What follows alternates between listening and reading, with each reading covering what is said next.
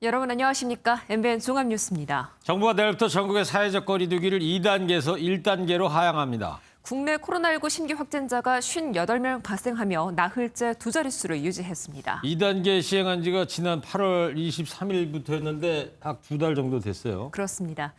정세균 총리는 국민의 피로감과 또 경제의 부정적 영향을 적극 고려했다고 밝혔습니다. 먼저 이현재 기자입니다. 어제 하루 코로나19 신규 확진자가 58명 발생했습니다. 이 가운데 국내 지역 발생은 46명으로 서울 19명, 경기 18명 등 수도권에서 38명 발생했습니다. 비수도권 감염은 부산 3명, 대전 2명, 강원 2명 등입니다. 114명이 나온 지난 7일 이후 나흘 동안 신규 확진자 수는 두 자릿수를 유지했습니다. 정부는 지난 8월 23일부터 시행 중이던 전국 사회적 거리두기 2단계를 내일부터 1단계로 완화하기로 했습니다. 장기간 계속된 사회적 거리두기로 많은 국민들께서 피로감을 느끼고 계시고 민생 경제에 미치는 부정적 영향도 적극 고려하였습니다. 거리두기가 완화되더라도 확진자가 몰려있는 수도권에선 2단계 조치가 일부 적용됩니다. 집단 감염이 많이 발생한 방문 판매 업체에 대한 집합 금지 조치는 유지됐고 고위험 시설 10종은 핵심 방역 수칙을 지킨다는 조건 하에 집합 금지가 풀렸습니다. 식당이나 카페 등 장소에선 매장 내 거리 두기가 계속되고 교회 대면 예배는 수용 인원 30% 이내로 허용되지만 소모임이나 식사는 여전히 금지됩니다. MBN 뉴스 이현재입니다. 1단계로 완화되면서 가장 관심은 학생들 등교 상황이죠. 등교 인원 제한도 완화가 됩니다. 지금 3분의 1에서 3분의 2로 완화가 됩니다. 이렇게 되면 오전, 오후로 나눠서 사실상 매일 등교도 가능하고요. 다만 준비 기간이 필요해서 다음 주 월요일 19일부터 적용됩니다. 김태린 기자입니다. 사회적 거리두기가 1단계로 낮아지면서 오는 19일부터 학교 등교 인원 제한도 완화됩니다. 지금까지는 유치원과 초중학교의 밀집도는 3분의 1, 고등학교는 3분의 2로 제한됐는데 이제는 전국의 모든 학교에서 3분의 2까지 등교가 가능해졌습니다. 전국의 학교 밀집도는 기존의 3분의 1에서 3분의 2로 완화됩니다. 또한 지역과 학교 여건, 사정에 따라 학교 밀집도를 더 유연하게 적용. 밀집도 원칙에 예외 적용을 받는 소규모 초중 고교의 기준도 기존 60명 이하에서 300명 내외 규모로 완화됩니다. 이렇게 되면 지방 중소도시는 물론 인원 제한을 받는 수도권 학교도 오전 오후반 도입, 오전 오후 학년제 실시 등으로 매일 등교도 가능해집니다.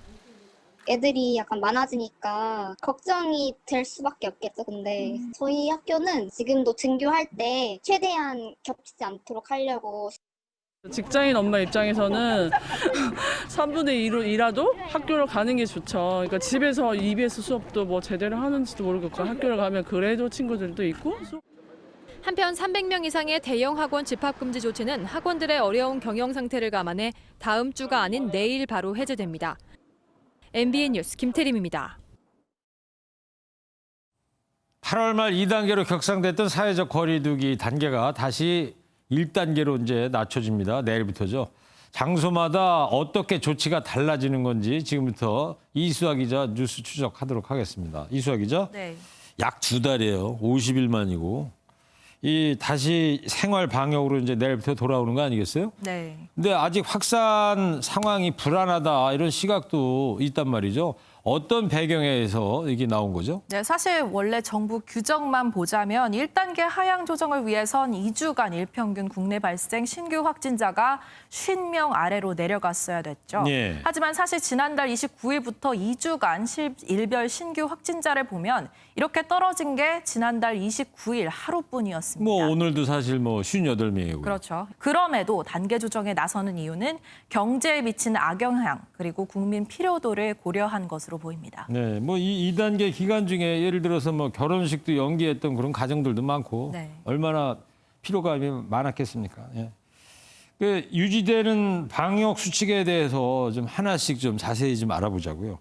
일단 단계가 이제 하향 조정이 됐으니까 그 우리가 흔히 얘기하는 실내 50인 실외 100인 집합 인원수 제한.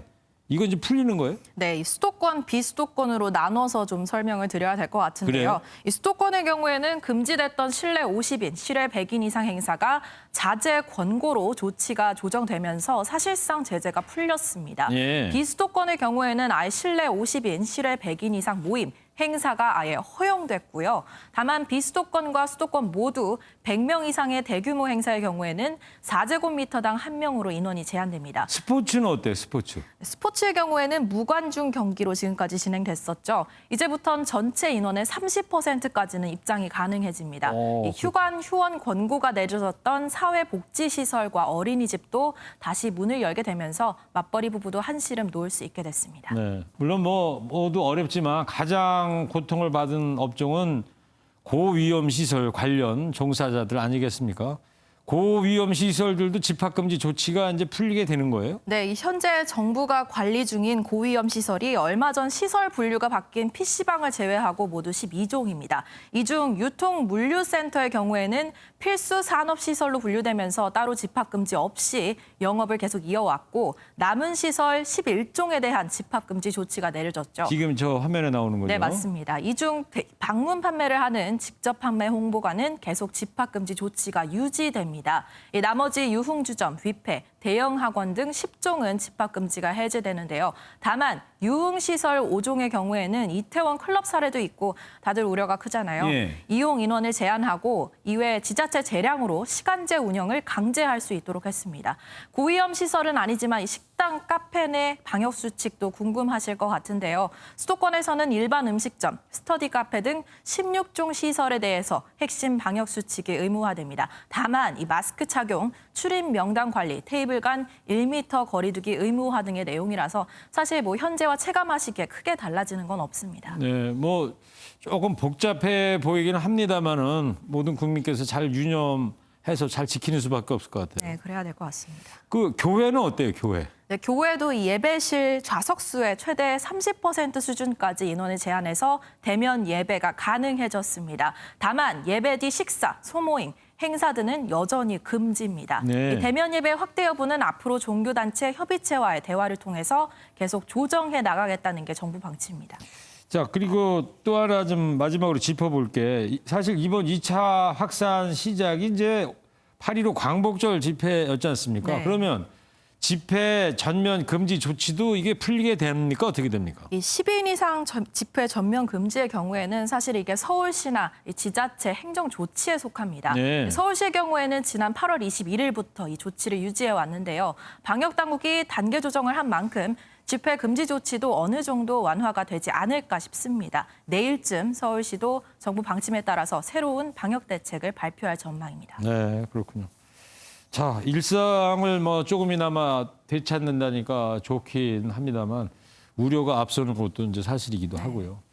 자, 다시 단계가 격상되는 일이 없도록 모두 각자 개인 방역이나 거리두기 철저히 준수해야 될 것 같습니다. 뉴스 추적 이수아 기자였습니다. 지금부터는 어제 있었던 북한 열병식을 분석해 보도록 하겠습니다. 먼저 이번에 어떤 무기들이 공개될지가 관심이었는데 기존 미사일보다 길어진 세계에서 가장 긴 다탄두 신형 대륙간 탄도 미사일 ICBM을 공개했습니다.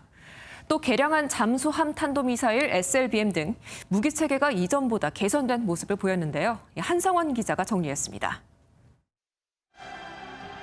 북한이 노동당 창건 75주년 기념 열병식에서 처음으로 공개한 신형 대륙간 탄도미사일 ICBM입니다. 핵탄두 두세 개가 들어가는 다탄두 미사일 형태로 이동식 발사 차량의 바퀴가 지난 2017년 11월 발사한 화성 15형보다 2축 4개가 늘어난 11축 22개로 1에서 2m 정도 길어졌습니다. 우리 국가의 안전과 미래는 영원히 굳건하게 담보될 것입니다.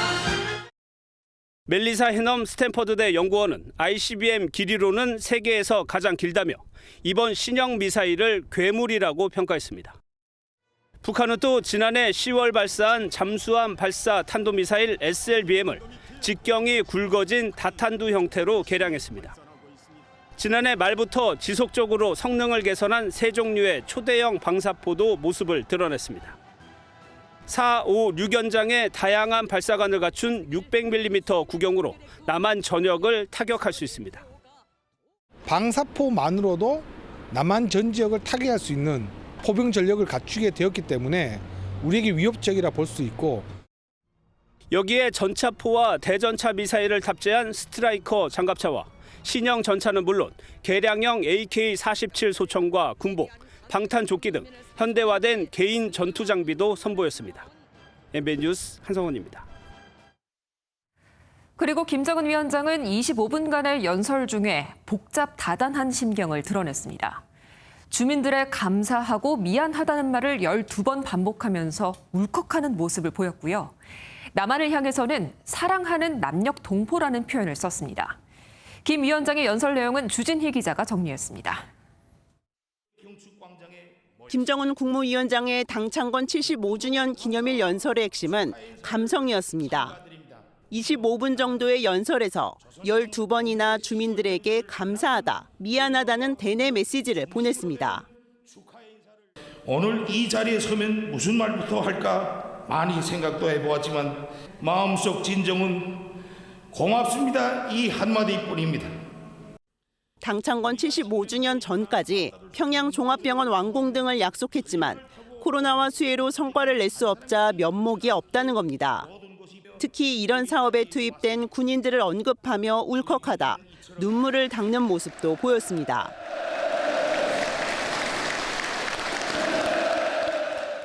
방역전선과 자연재해 복구전선에서 우리 인민군 장병들이 발휘한 애국적이고 영웅적인 헌신은 누구든 감사의 눈물 없이는.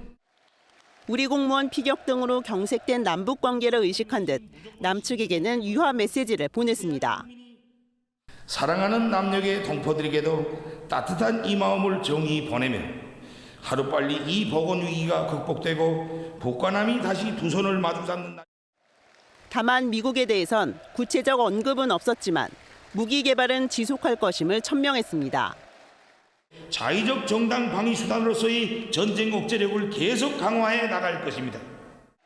지난 2016년 당대회를 36년 만에 열었던 김정은 위원장은 다음 해에 8차 당대회를 열고 구체적인 경제 부흥 방안을 마련하겠다고 밝혔습니다. MBN 뉴스 주진입니다. 청와대는 오늘 국가안전보장회의 NSC 긴급 상임위원회를 열고 북한 열병식과 관련해 논의했습니다. 신형 ICBM에 대한 분석과 함께 남북관계를 복원하자는 북한의 발언을 주목한다는 입장을 밝혔습니다. 이어서 최중락 기자입니다. 청와대는 서훈 국가안보실장 주재로 긴급 NSC 상임위원회를 개최하고 북한 노동당 창건 75주년 열병식에 대해 논의했습니다.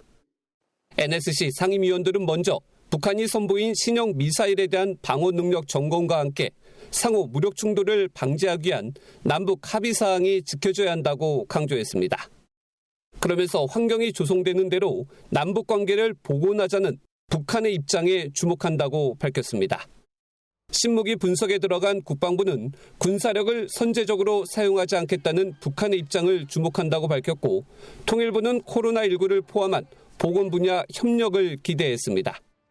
공무원 피격 사건에 대한 언급이 없었다는 점에서 군 통신성 복구와 남북 공동조사 등 우리 측 제안에 북한이 전향적으로 호응해 줄 것을 촉구했습니다. 야당이 국민의힘은 북한의 신형 전략무기 공개를 지적하며 현 정권의 대북 정책이 실패했고 종전선언 제안에 핵전략 무기로 화답했다고 비판했습니다. 청와대는 북한의 신형 ICBM 공개에 신중한 태도를 견지하면서 남북관계 복원에 대해 향후 관련 동향을 면밀히 주시해 대처해 나갈 것으로 예상됩니다. MBN 뉴스 최중락입니다. 미국도 입장을 밝혔습니다. 핵과 탄도미사일을 앞세운 열병식에 일단 실망스럽다면서도 더 나아간 반응을 보이지 않았습니다. 한 달도 채 남지 않은 대통령 선거를 의식한 듯한 모습입니다. 이무형 기자입니다. 미국의 반응은 신속하면서도 신중했습니다. 열병식과 관련해 미국 행정부 고위관리는 북한이 금지된 핵과 탄도미사일 프로그램을 계속해서 우선시하는 것을 보는 것은 실망스럽다고 말했습니다. 이 관리는 그러나 여전히 트럼프 대통령과 김정은 위원장이 싱가포르에서 제시한 비전에 의해 나아가고 있다며 더 이상 확대 해석은 자제했습니다. 미 국방부 역시 일단 북한의 신형 무기에 대한 정확한 분석이 우선이라며 신중한 태도를 취했습니다. 트럼프 정부가 코앞으로 다가온 대통령 선거에 부정적 영향을 최소화하겠다는 뜻으로 풀이됩니다. 김정은 위원장이 직접 미국을 거명하면서 불편한 속내를 표현한 것은 아니기 때문에 미국의 입장도 현 상황에서는 아주 부정적으로 언급할 상황은 아니다. 일본 언론도 비슷한 분석을 내놨습니다.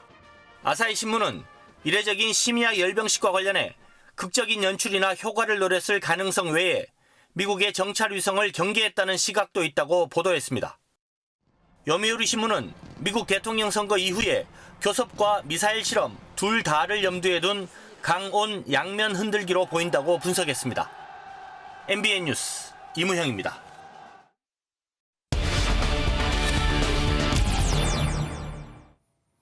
북한은 어제 열병식에서 신형 전략 무기들을 공개하면서도 남북 교류 협력을 시사하면서 수위를 조절하는 모습이었는데요. 한반도 정세와 관련한 어떤 메시지가 읽히는지 외교안보팀 배준우 기자와 뉴스 추적하도록 하겠습니다. 배준우 기자, 네. 이 공개된 무기들 얘기를 좀 더 해보자고요. 예. 신형 ICBM이 이제 어제 보였는데 이전에 그 화성 15형에 비해서 얼마나 더 강력하다고 하는 겁니까 지금? 앞선 리포트에서 보셨다시피 신형 ICBM은 화성 15형에 비해서 길이가 1m에서 2m 정도 더 긴데요. 추진체와 연료의 용량도 증가해서 사거리가 2,000km 늘어난 15,000km로 추정되고 탄두를 여러 개 장착한 다탄두 ICBM의 가능성도 큽니다. 네, 지금 바퀴가 22개짜리 그 이동식 발사대에 이제 실려 있는 거죠? 예, 그렇습니다. 이동식 발사대도 미사일에 붙인 채로 발사하는 형태로 보여서 이동식 발사대의 거치대를 따로 세워야 하는 화성 15형보다 빠른 발사가 가능할 것으로 보입니다. 예. 연료 주입구로 보이는 부분도 발견되는데요. 그만큼 신속한 발사가 가능한 고체 연료가 아닌 주입 시간이 필요한 액체 연료를 사용하는 것으로 보입니다. 근데 이 대륙간 탄도미사일은 이 대기권을 벗어났다가 재진입하는 기술이 관건이라고 그러는데 이 기술은 확보가 된 걸로 보입니까? 북한이 이 기술을 확보했는지는 아직 확인되지 않았다는 게 우리 군의 입장이어서요. 예. 당장 실전 배치될 가능성은 작아 보입니다. 여기에 신형 잠수함 발사 탄도미사일도 선보였는데요. 지난해 11월 발사한 북극성 3형보다 길이가 짧아져서 잠수함에 실제 탑재가 가능하고 또 경량화를 통해서 사거리를 늘린 것으로 보입니다. 지금 저 까만 미사일이죠. 북극성이라고 써 있는 거. 그렇습니다. 잠수함에서 쏜다는 미사일. 예. 자, 그리고 열병식이 말이죠. 이 심야에 열렸어요. 네. 그 상당히 또 화려하게 하고 처음 시작할 때 보니까 오케스트라 연주도 시작을 하던데. 네. 근데 왜 이 밤에 열렸다고 지금 분석이 됩니까? 전문가들도 통상 개최됐던 오전 10시가 아닌 심야에 열린 이유에 대해서는 다소 의아하다는 반응인데요. 12시간 정도 차이가 나는 미국과의 시차를 고려했다고 하기에도 또 생중계를 하지 않고 저녁 7시에 영상을 공개해서 의문이 남습니다. 그렇죠. 야간을 이용한 화려한 LED 조명과 에어쇼 또 이 폭죽을 보여주면서 새로운 시대의 지도자 이미지를 강조한 게 아니냐는 분석이 나옵니다. 네, 지금 화면도 나오고 있습니다만은 이 공중에서 촬영한 지금 저 장면, 공중에서 촬영한 장면도 나와요. 네. 드론으로 평양 상공을 촬영하는 모습이 나오는데요. 이것뿐만이 아니라 바닥에 설치한 레일로 열병식 대열을 속도감 있게 잡는 등 촬영에도 상당히 공을 들인 모습입니다. 네. 지난 7월에 김여정 제1부부장이 트럼프 대통령에게 미국 독립절 기념행사 DVD를 얻고 싶다고 했었는데요. 밤 0시를 기해서 이루어지는 화려한 불꽃놀이나 전투기 편대 에어쇼 등 미국 독립기념일 야간 행사도 상당 부분 참고하는 것으로 보입니다. 자, 상당히 화려하게 열병식을 중계를 했는데 근데 이제 미사일 실험은 하지를 않았습니다. 네. 그렇지만 전략 무기는 이제 전 세계에 이제 선을 보였는데 이 미국에 보내는 메시지가 뭐라고 봐야 될까요? 일단 미 대선과 국제 여론을 고려해서 도발의 강도는 조절하면서도 또 그 존재감은 과시했다고 볼 수 있겠습니다. 이 미사일 실험과 같은 고강도 도발을 통해 위기감이 지나치게 고조되면은 이 북미 대화를 추진해온 트럼프 대통령에게는 악재가 될 것이고요. 그러겠죠. 또 원칙적인 대북 외교를 지향하는 바이든에게 유리해질 것으로 보이는데요. 그만큼 대미 협상의 판을 깨지 않으면서도 전략 무기를 공개함으로써 대미 협상력을 강화하려는 의도로 풀이됩니다. 전문가 의견 들어보시죠. 강도를 조절했다고 봐야 되고요. 김여정 제1부부장이 말했던 대화 재개 의사, 그 의사를 암묵적으로 표현하면서 강도는 조절했다 이렇게 봐야 됩니다. 네, 그리고 이제 김정은 위원장 연설 중간에 사랑하는 남녘 동포 여러분이라면서 우리를 언급을 했는데 네. 이 코로나 위기를 극복하고 남북이 손을 맞잡는 날을 기원한다 이런 얘기를 했어요. 예. 이 남북 협력을 코로나19 종식 이후에 한번 같이 해보자 이런 의미로 받아들일 수 있겠죠? 일단 남한 정부의 우호적인 제스처를 취했다는 점은 긍정적인데요. 우리 정부는 통일부를 중심으로 그동안 대북 제재에 걸리지 않는 물물 교환 방식의 작은 교역이나 개별 관광, 또 코로나19 방역 협력 등을 제안해 왔는데요.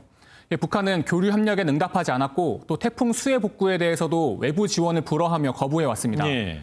그러나 이번에 김 위원장이 직접 남북 교류 협력을 시사한 만큼 북한이 전향적인 태도 변화에 나설 거라는 전망도 나옵니다. 태영호 국민의힘 의원은 김정은은 남쪽을 향해선 화해의 손길을, 또 미국에는 신형 전략 핵무기를 내밀었다면서 우리 정부의 고심이 깊어질 것이라고 분석했습니다. 다만 보건 위기가 끝나면이란 전제를 달았던 만큼 협력을 논의할 생각은 있지만 코로나19 상황이 끝나고 나서 보자는 의미라는 분석도 있어서 상황을 지켜봐야겠습니다. 네. 그럼 전문가 의견 들어보시죠. 지금 한국 정부가 계속 얘기하고 있는 방역 협력을 완곡한 방법 이전 거절한 거고, 그런 남북 간의 사업도 일단은 뒤로 미루거나 안 하겠다, 그런 표현으로 읽을 여지가 더 크지 않을까 싶은데. 그리고 이 열병식 쭉 보다 보니까 네. 거기에 등장한 인물들도 관심인데 대표적으로 김여정이나 이제 현성월은 얼굴을 보였는데 지금 부인 리설주는 화면에 잡히질 않았어요. 예, 그렇습니다. 우선 눈에 띄었던 거는 김여정과 현송월의 역할 분담인데요. 예. 김 위원장이 아이들에게서 받은 꽃을 현송월 부부장에게 넘기는 모습을 볼 수 있습니다. 김 위원장의 옆에서 수행한 역할은 과거 김여정 제1부부장이 해왔는데 이제 현송월 부부장이 그 역할을 하고 있는 거죠. 네. 예, 그만큼 김여정 제1부부장이 대남, 대미 외교 총괄을 맡으면서 그 위상이 높아진 것으로 보입니다. 예, 부인 리설주는 모습을 보이지 않았는데요. 5년 전 70주년 당 창건 행사 때 참석했던 것과는 대조적입니다. 김 위원장 부부에겐 어린 세 자녀가 있는 것으로 알려져 있는데 코로나19 상황에서 방역을 고려해 외부 활동을 자제한다는 추측이 나옵니다. 또한 지난 9개월간 모습을 보이지 않아서 임신 가능성도 제기됩니다. 네. 여러 가지 해석이 나오고 있습니다. 자, 북한이 코로나19 상황 속에서도 그동안과는 전혀 다른 새로운 열병식을 시도한 건 분명해 보이는데요. 한반도 평화와 남북미 대화에도 전향적인 태도 변화를 보일지 지켜봐야 될 것 같습니다. 뉴스 추적 배진우 기자였습니다. 네, 다음은 울산 주상복합 아파트 화재 수사 속보입니다. 그동안 발화 지점이 최초 신고가 접수된 12층인지 목격자 진술에 따라서 3층인지 엇갈렸는데 감식 결과 3층 야외 테라스에서 시작된 것으로 확인됐습니다. 화재 당시 주민이 촬영한 영상도 공개됐는데 급박했던 당시 상황이 고스란히 녹화되어 있었습니다. 먼저 박상호 기자입니다. 아파트 3층 테라스에서 희뿌연 연기가 뿜어져 나오더니 이내 불길이 보이기 시작합니다. 불 보인다. 불길은 강한 바람을 타고 순식간에 위로 솟구칩니다. 벽 올라가는데? 우리 집. 올라간다. 어머. 집 안에 있는 사람들은 아직 불이 난 줄 모릅니다. 아직 사람 있어, 엄마. 사람 있어. 불은 삽시간에 건물 전체를 휘감아 버립니다. 애초 12층에서 불이 났다는 화재 신고와 달리 3층에서 처음 불이 옮아붙는 모습입니다. 화재 현장 2차 감식에서도 발화 지점은 3층으로 특정됐습니다. 연소 패턴과 걸림, 탄화 심도 이런 거 전반적으로 다 보게 되는데 그 3층 부위에 시멘트 박리 현상까지 있고. 현장에는 3층 테라스 외벽부터 V자 형태로 불이 번져 올라간 흔적이 남아 있습니다. 하지만 어떤 원인으로 불이 났는지는 아직 확인되지 않고 있습니다. 현장이 완전히 타버려 단서를 찾기가 쉽지 않은 상황입니다. 다만 정기적 요인은 아닌 것으로 확인됐습니다. 경찰은 CCTV와 잔해물 분석을 통해 화재 원인을 찾고 있지만 원인 규명까지는 상당한 시일이 걸릴 것으로 보입니다. MBN 뉴스 박상호입니다. 당시 옷까지도 챙겨 나오지 못했던 입주민들은 화마에 이른 집안을 확인하고 참담함을 숨기지 못했습니다. 그리고 현재 울산시가 이재민들에게 호텔 숙식을 제공하고 있는데 세금 지원 논란이 일면서 이재민들의 상실감이 더욱더 커진 모습입니다. 이어서 윤기란 기자입니다. 불이 난 아파트의 22층과 31층 내부입니다. 잿더미가 된 집안에 챙길 만한 가재 도구는 전혀 찾아볼 수가 없습니다. 화재의 직접적인 피해를 보지 않은 집도 상황은 다르지 않습니다. 입주민이 엘리베이터 없이 고층을 계단으로 올라 겨우 집 안으로 들어왔지만 온통 난장판이 된 모습에 탄식만 흘러나옵니다.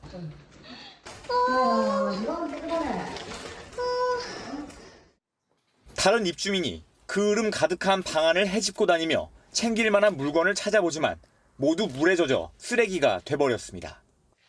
애가 고3이라 책이라도 좀 가져올까 싶었더니 책도 물에 다 젖었습니다. 390여 명의 이재민 중에는 고3 7명을 비롯해 당장 학교에 가야 하는 학생도 많은 것으로 알려졌습니다. 교복이랑 책들. 학교 가야 돼서? 이재민에게 제공하고 있는 호텔 숙식을 두고 일고 있는 일각의 비난도 부담입니다.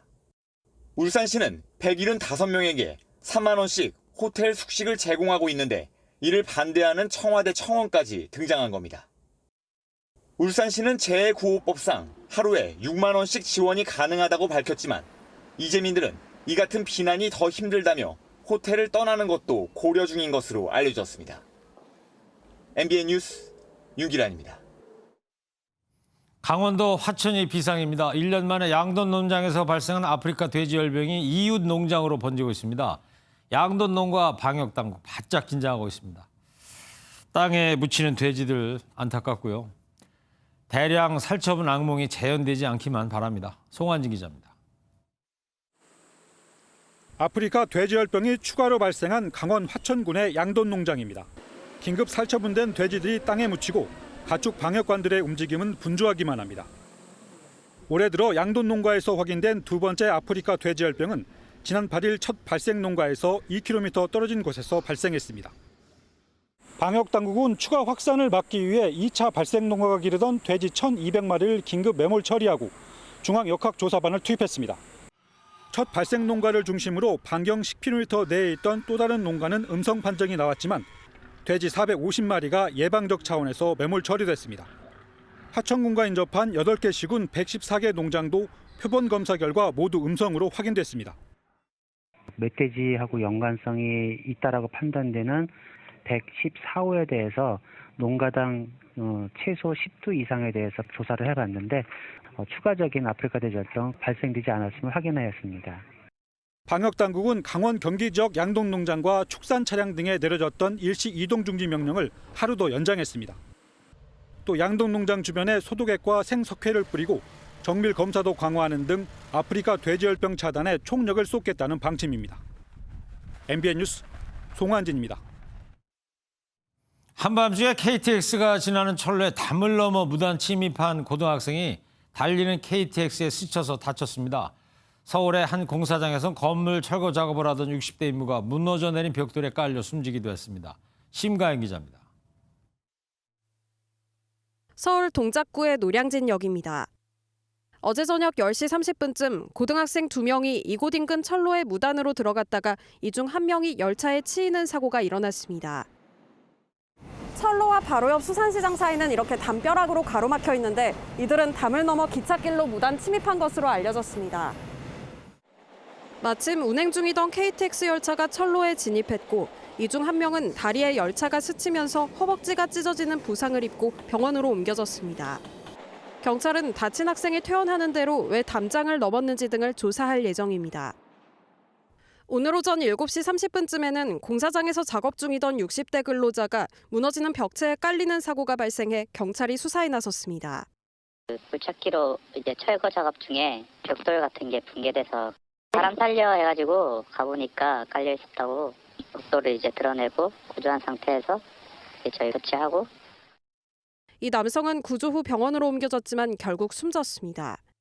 경찰은 공사 관계자 등을 상대로 현장에서의 안전수칙 위반 여부 등을 조사하고 있습니다. MBN 뉴스 심가현입니다. 트럼프 대통령이 코로나 확진 이후 첫 공개 행사에 등장했습니다. 장소는 백악관이었고요. 수백 명의 지지 앞에서 연설했는데 역시 마스크 벗고 했습니다. I am feeling great. 기분이 좋다는 말로 연설을 시작했는데요. 그러나 미국 내 신규 확진자 얼마인지 아십니까? 5만 명을 넘었습니다. 2달 새 최고치였네요. 이런데도 대통령은 기분이 좋다. 신예진 기자입니다. 지지자들의 환호 속에 트럼프 대통령이 손을 흔들며 마스크를 벗습니다.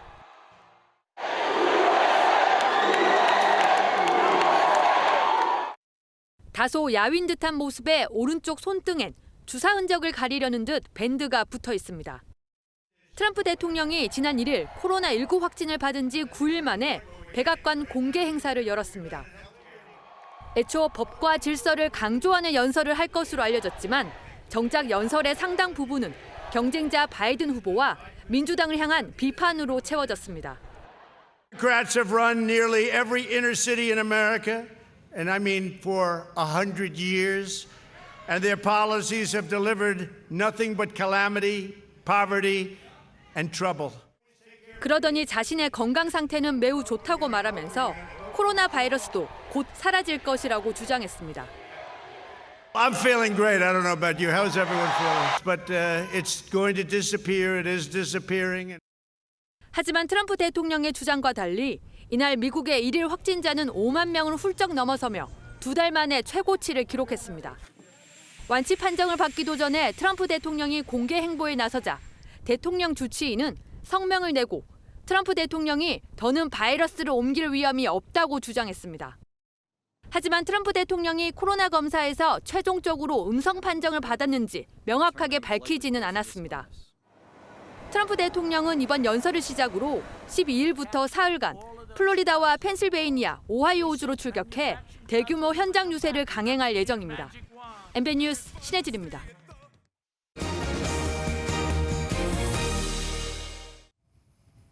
자, 이 까치밥이죠? 네, 그렇습니다. 늦가을에 까치 먹으라고 따지 않고 남겨두는 감이잖아요. 그렇죠. 네. 그러면 저 산속 다람쥐 밥도 남겨놔야 되는 거 아니에요? 그렇죠.